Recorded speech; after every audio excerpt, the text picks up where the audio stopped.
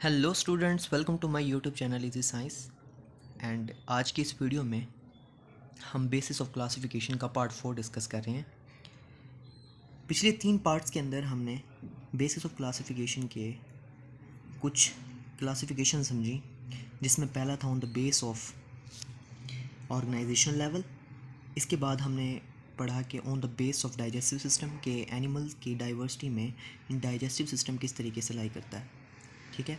इसके बाद हमने डिस्कस किया था on the base of digestion कि जो एनिमल के किंगडम है, जो उनमें डाइवर्सिटीज़ पाई जाती हैं, उनमें डाइजेशन किस तरीके से होती है। उसके बाद हमने स्टडी किया classification on the base of vascular system और सर्कुलेटरी सिस्टम। मींस हर एनिमल्स का सर्कुलेटरी सिस्टम सेम नहीं होता, वेरिएशंस होती हैं। कुछ एनिमल्स सर्कुलेटरी सिस्टम ओपन रखते हैं, कुछ क्लोज रखते हैं, जो कि हम पार्ट 3 में डिस्कस कर चुके हैं। स्टूडेंट्स, आज की इस वीडियो के अंदर हम बेसिस ऑफ क्लासिफिकेशन को ही डिस्कस कर रहे हैं, लेकिन इस बेसिस ऑफ क्लासिफिकेशन के अंदर हमने जो डिस्कस करना है वो है classification on the base of symmetry. Okay students, इस सिमेट्री को समझने से पहले आपको बता दूं कि ऑर्गेनिज्म जो होते हैं एनिमल्स के, जो किंगडम एनिमेलिया में आते हैं, क्योंकि बहुत ज़्यादा डाइवर्सिटीज़ पाई जाती हैं एनिमल के अंदर, तो इनको समझने से पहले मैं आपको बता दूं कि एनिमल जितना ज़्यादा ऑर्गेनाइज्ड होगा, उतना ज़्यादा उसको इक्वल पार्ट्स में डिवाइड करना बहुत ईजी होगा। सिमेट्री में होते हैं जो एनिमल जो ऑर्गेनाइज्ड फॉर्म में होता है, जो एनिमल जो ऑर्गेनाइज्ड फॉर्म में है,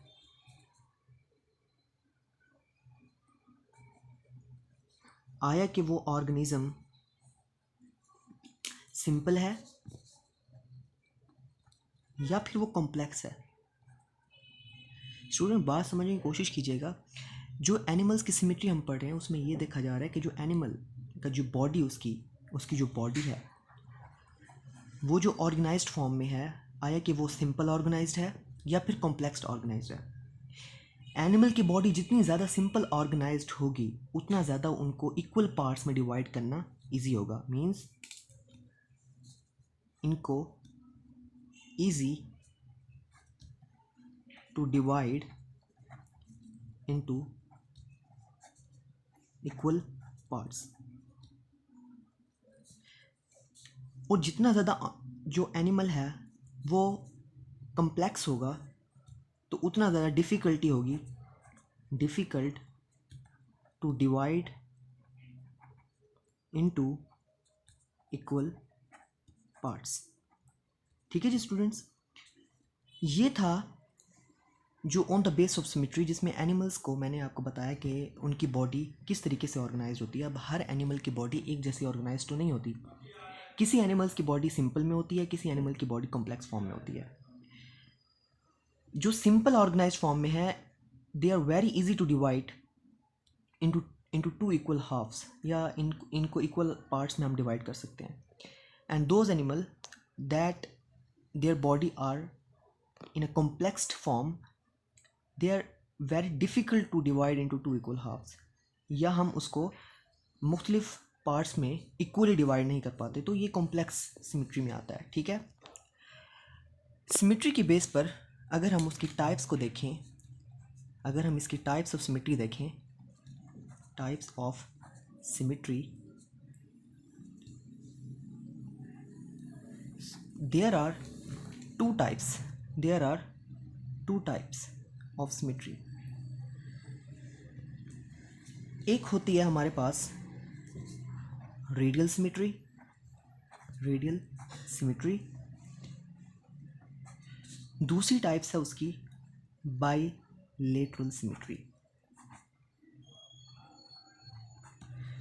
स्टूडेंट्स, ये जो रेडियल सिमेट्री है, ये एनिमल की ऐसी बॉडी ऑर्गेनाइज्ड फॉर्म में होती है जिनको हम किसी भी तरीके से डिवाइड करें तो वो इक्वली पार्ट्स में डिवाइड हो जाता है।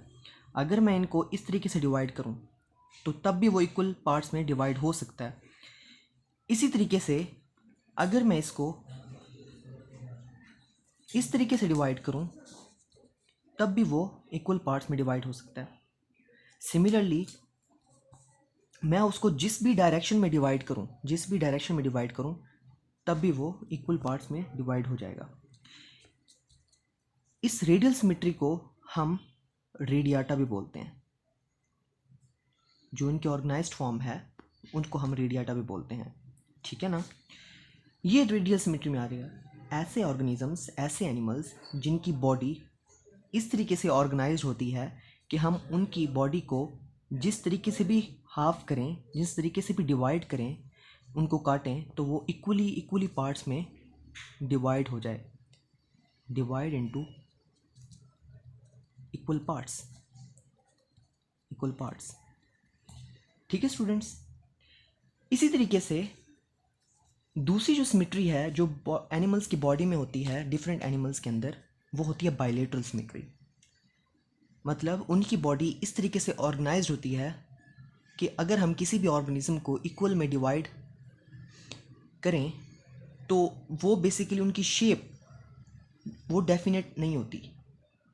मतलब कि ऐसे एनिमल्स कि अगर हम इनको डिवाइड करना भी चाहें तो हम इनको सेंटर से डिवाइड कर सकते हैं।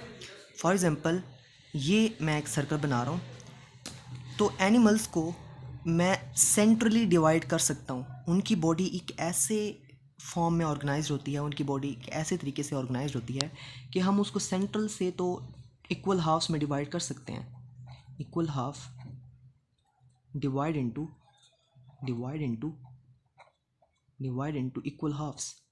लेकिन अगर हम इनको साइड से अगर कट करें तो हम उसको इक्वल हाफ्स में डिवाइड नहीं कर सकते, ठीक है। तो इनकी सिमेट्री एक ऐसी ऑर्गेनाइज फॉर्म में होती है, अगर हम इनको इक्वल हाफ्स में डिवाइड करना चाहें तो हम उसको सेंटर से डिवाइड करेंगे, फ्रॉम सेंटर, ठीक है ना। सेंटर से हम इनको इक्वल हाफ्स में डिवाइड कर सकते हैं, ठीक है। अब हम आते हैं इनके एग्जाम्पल्स के ऊपर। रेडियल सिमेट्री की एग्जाम्पल होगी cnidarians.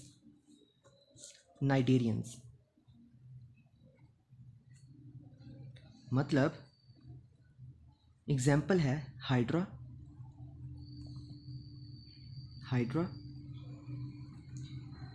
Jellyfish, starfish.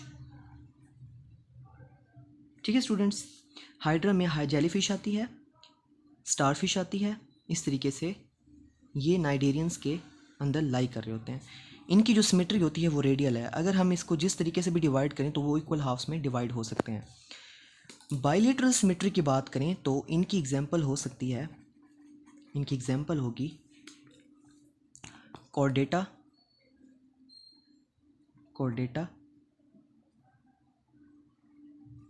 And Annelida. ठीक है स्टूडेंट्स। ऐसे जो एनिमल्स हैं उनको हम सेंटर से तो इक्वल पार्ट में डिवाइड कर सकते हैं, लेकिन हम साइड से उनको इक्वल पार्ट्स में डिवाइड नहीं कर सकते। ठीक है स्टूडेंट्स। इसके बाद जो बेसिस ऑफ क्लासिफिकेशन है वो हम डिस्कस करते हैं, वो होती है classification on the base of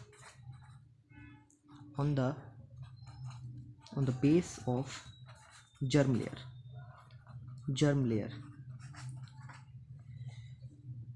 students, germ layer में ये होगा कि मैं आपको एक सिंपल सी एग्जांपल दूं। जब फर्टिलाइजेशन होती है तो एग होता है, वो फीमेल का जो रिप्रोडक्टिव पार्ट से आता है एग, और ये स्पर्म मेल के रिप्रोडक्टिव पार्ट से आता है जो सेक्सुअल रिप्रोडक्टिव पार्ट है। जो एग होता है जब वो स्पर्म के साथ कंबाइन होता है, ठीक है, इट मीन्स जब वो फर्टिलाइज होता है,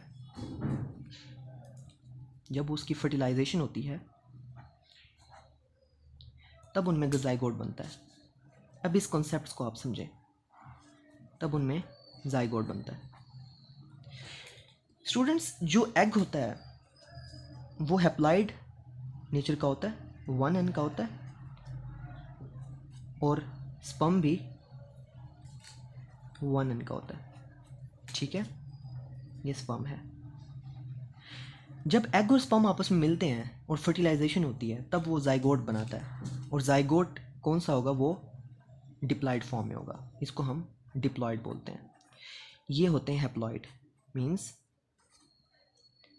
हमने पढ़ा हुआ है कि जो एग होता है वो फीमेल से आता है और स्पर्म मेल से आता है, ठीक है। और उनके पास जो जर्म सेल्स होते हैं उनके पास वो 1 नंबर के होते हैं, मीन्स हैप्लॉयड फॉर्म के होते हैं, ठीक है। जब वो फर्टिलाइज होंगे तो वो क्या बनाएंगे, ज़ाइगोट बनाएंगे, ठीक है। अब बात करने की क्या है, जो डिप्लॉयड ज़ाइगोट होगा वो आगे फर्दर सेल डिवीजन करेगा, वो फर्दर उनका सेल डिवीजन होगा। सेल डिवीजन के दौरान वो काफ़ी सारे सेल्स बना देगा, multiple cells form through cell division. इन सेल्स को हम कलेक्टिवली बोलते हैं ब्लास्टूला।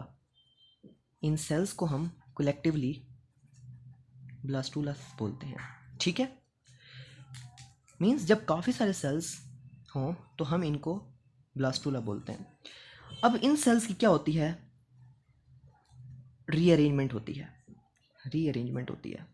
स्टूडेंट्स आप बात को समझती आइएगा। इस कॉन्सेप्ट में आपको क्या समझाने की कोशिश कर रहा हूँ कि जो एग है जब स्पर्म के साथ मिलता है फर्टिलाइज होने के बाद वो ज़ाइगोट बना देता है। ज़ाइगोट अभी डिप्लॉयड फॉर्म में है, मतलब अभी एक है, लेकिन जब वो सेल डिवीजन बनाएगा तो काफ़ी सारे डिप्लॉयड फॉर्म में वो सेल बना देगा। तो ये जो काफ़ी सारे सेल्स हैं वो उसको हम ब्लास्टूला बोलेंगे, ठीक है। अब इस जो काफ़ी सारे सेल्स बने हैं, अब इनकी मैं रीअरेंजमेंट करना चाहता हूँ। रीअरेंजमेंट जब करूँगा तो इनकी लेयर्स बनेंगी, एक लेयर ये बनी, ठीक है स्टूडेंट्स। दूसरी लेयर एक ये बनी, ठीक है। दूसरी लेयर एक ये बनी, और इन पहली और दूसरी लेयर के दरमियान एक तीसरी लेयर होती है, ठीक है। अब इनकी लेबलिंग कर लेते हैं कि इनके क्या नेम होते हैं। जो सबसे अंदर वाली लेयर होती है इसको हम बोलते हैं एंडोडर्म। जो सबसे बाहर वाली लेयर होती है उसको बोलते हैं एक्टोडर्म। और जो तीसरी जो दरमियान में लेयर है उसको हम मेसोडर्म बोलते हैं। किसी भी एनिमल को आइडेंटिफाई करने के लिए हम उसके जर्म लेयर को स्टडी करते हैं on the base of germ layer. Means उनमें कितनी लेयर्स मौजूद हैं, आया कि उसमें 2 लेयर्स मौजूद हैं या 3 लेयर्स मौजूद हैं, उसकी बेस पर हम एनिमल्स को स्टडी करते हैं। तो ये भी क्लासिफाइड हुआ है एनिमल्स के अंदर कि भाई on the basis of classification germ layer में वो 2 लेयर्स वाला है एनिमल, या वो 3 लेयर्स पर डिपेंड करता है, कंसिस्ट करता है। On the base of germ layer इसकी 2 टाइप्स होती हैं। टाइप्स एनिमल्स में 2 टाइप्स आती हैं जर्म लेयर की बेस पर। एक स्टूडेंट्स होती है डिप्लोब्लास्टिक,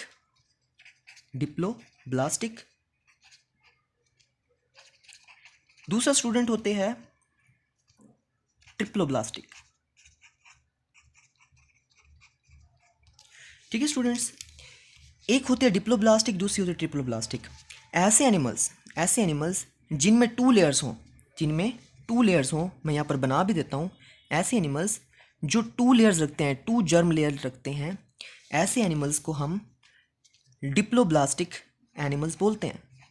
उनका जो जर्म लेयर होता है वो डिप्लोब्लास्टिक होता है, मीन्स उनमें 2 लेयर्स होती हैं। उनमें 2 लेयर्स होती हैं। इन 2 लेयर्स का मैं लेबलिंग करूं तो जैसे मैंने ब्लैक को एंडोडर्म बोला है, इस तरीके से जो रेड को मैंने बोला था एक्टोडर्म। मीन्स ऐसे एनिमल्स जिनके जर्म लेयर में वो 2 लेयर्स रखते हैं, एक एंडोडर्म एक एक्टोडर्म, ऐसे एनिमल्स को हम डिप्लोब्लास्टिक एनिमल्स बोलते हैं, ठीक है। उनकी क्लासिफिकेशन डिप्लोब्लास्टिक में आती है। इन लेयर्स के दरमियान एक टिश्यू मौजूद होता है, स्टूडेंट्स। इन टिश्यू को बोलते हैं मीजोग्लिया। इस टिश्यू को हम मीसोग्लिया बोलते हैं, ठीक है। जो इन दोनों के दरमियान एक स्पेस है, उस स्पेस में एक टिश्यू भरा होता है, इसको हम मीसोग्लिया बोलते हैं, ठीक है। हम बोल सकते हैं between endoderm and ectoderm a tissue is present which is known as मीसोग्लिया, ठीक है स्टूडेंट्स। अब आते हैं हम ट्रिप्लोब्लास्टिक एनिमल्स के ऊपर, ठीक है। डिप्लोब्लास्टिक एनिमल्स में हम एग्जाम्पल दे सकते हैं, उसकी एग्जाम्पल क्या होगी? इसकी एग्जाम्पल होगी सीलेंट्रेट्स। सीलेंट्रेट्स इसकी एग्जाम्पल होगी सीलेंट्रेट्स। स्टूडेंट्स अभी इनके नेम से मत घबराइए, ये जो नेम है वो हम आगे वन बाय वन डिस्कस करेंगे, तब आपको पता चल जाएगा। और उनकी नेचर को भी हम डिस्कस करेंगे कि जो एनिमल्स के अंदर किस किस नेचर के ये चीज़ें पाई जाती हैं। जब क्लासिफिकेशन जब आप कर लेंगे then it will be very easy to read a specific topic. उसमें हर चीज़ आपको इन टर्म्स में नज़र आएगी कि उनमें इनमें नेचर इतना होता है, डिप्लोब्लास्टिक होता है, किसी में ट्रिप्लोब्लास्टिक होता है। तो हम ये स्टडी इस वजह से करें ताकि आपकी बेस बना दूँ मैं। ठीक है स्टूडेंट्स, तो ट्रिप्लोब्लास्टिक एनिमल्स कौन से होते हैं? ऐसे एनिमल्स जो तीनों लेयर रखते हैं, जो मैंने आपको बताई थी। एक होती है एंडोडर्म, एक होती है मीजोडर्म, ठीक है स्टूडेंट्स, और एक होती है एक्टोडर्म। मींस ऐसे एनिमल्स जो तीनों लेयर्स रखते हों, इनको हम ट्रिप्लोब्लास्टिक बोलते हैं। लेबलिंग कर दूं मैं तो ये होगा एक्टोडर्म, एक्टोडर्म, ये होगा मीजोडर्म, और ये होगा एंडोडर्म।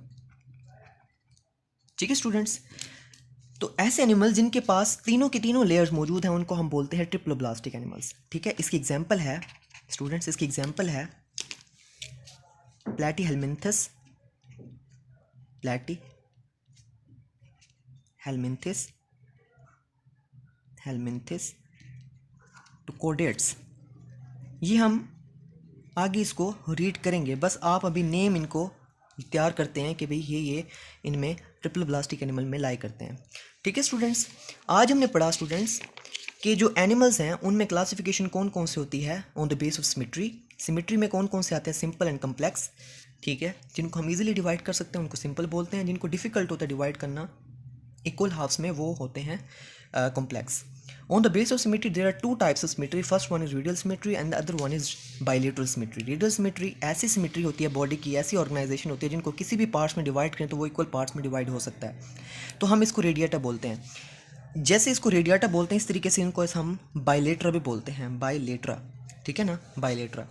हम इसको जो बाइलेटरल सिमेट्री हम इसको सिर्फ और सिर्फ सेंटर से डिवाइड कर सकते हैं, बाकी किसी भी जगह से डिवाइड करें तो वो इक्वल हाफ्स में डिवाइड नहीं होगी। रेडियल सिमेट्री की एग्जांपल है नाइडेरियंस, जिसमें हाइड्रा, जेलीफिश और स्टारफिश आते हैं। बाइलेटरल सिमेट्री की एग्जांपल है कोर्डेटा और एनिलिडा। स्टूडेंट, इसके बाद होता है जो हमने पढ़ा वो है on the base of germ layer. मैंने आपको एक सिंपल सी एग्जांपल दी, जब एग और स्पर्म आपस में फर्टिलाइज होते हैं तो वो एक जाइगोट बनाते हैं, और जाइगोट होता है 2n का फॉर्म। ठीक है, ये 2n मैंने लिखा भी है, इसको हम डिप्लॉइड बोलते हैं। जब इसके सेल डिवीजन होते हैं तो काफ़ी सारे डिप्लॉइड सेल्स बनते हैं, इस डिप्लॉइड सेल्स को एनिमल की फॉर्म में ब्लास्टुला बोलते हैं। जब इनकी रीअरेंजमेंट करते हैं तो 3 लेयर्स में वो रीअरेंज होता है। फर्स्ट लेयर को बोलते हैं, जो अंदर वाली लेयर होती है उसको एंडोडर्म बोलते हैं, जो सबसे अंदर वाली लेयर, जो सबसे बाहर वाली लेयर होती है उसको एक्टोडर्म बोलते हैं, और जब से सबसे दरमियान वाली लेयर होती है उसको हम मेसोडर्म बोलते हैं। On the base of germ layer, there are two types of germ layer. First one is diploblastic and another one is triploblastic. Diploblastic में जब कोई भी एनिमल सिर्फ 2 लेयर्स पर ही कंसिस्ट हो तो उसको हम डिप्लोब्लास्टिक एनिमल्स बोलते हैं। जैसे कि एंडोडर्म और एक्टोडर्म रखे, उनके दरमियान इन एक्टोडर्म एंडोडर्म के दरमियान एक लेयर होती है जिसको हम मीसोग्लिया बोलते हैं, मीसोग्लिया। ठीक है, इसकी एग्जांपल है सीलेंट्रेट। ट्रिप्लोब्लास्टिक होते हैं जो तीनों के तीनों लेयर्स रखते हो, एंडोडर्म भी रखते हो, मीसोडर्म भी रखते हो, एक्टोडर्म भी रखते हो, तो इसकी एग्जांपल होते हैं प्लैटीहेलमिन्थस टू कॉर्डेट्स। ठीक है स्टूडेंट्स, ये था हमारा आज का लेक्चर स्टूडेंट्स। ठीक है, बाकी स्टूडेंट्स एक मैं एग्जांपल कराना आपको भूल गया था। एक लेक्चर था जो हमारा पार्ट 3 का, उसमें मैंने एग्जांपल नहीं दी। उसमें एक एग्जांपल थी जो हमने क्लोज सर्कुलेटरी सिस्टम में स्टडी कर रहे थे, जो क्लोज सर्कुलेटरी सिस्टम में जिसमें तीनों की तीनों वॉल्स होती हैं, मतलब कि वेसल्स होती हैं, आर्टरीज, वेन्स और कैपिलरीज। इसकी एग्जांपल स्टूडेंट होती है, इसकी एग्जांपल होती है, मैं आपको एग्जांपल करा देता हूँ, उस टाइम मैं भूल गया था, मुझे याद नहीं रहा। ओके स्टूडेंट्स, इसकी एग्जांपल है वर्टिब्रेट्स। वर्टिब्रेट्स आप लिख लें, वर्टिब्रेट्स, या हम इसको इसका और होता है सिफेलोपोड्स, सिफेलोपोड्स।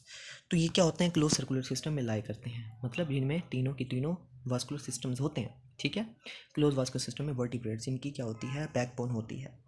ओके स्टूडेंट्स, आज हमने on the base of germ layer और on the base of symmetry को डिस्कस किया था। इंशाल्लाह कल की वीडियो में हम on the base of classification का नया टॉपिक पढ़ेंगे।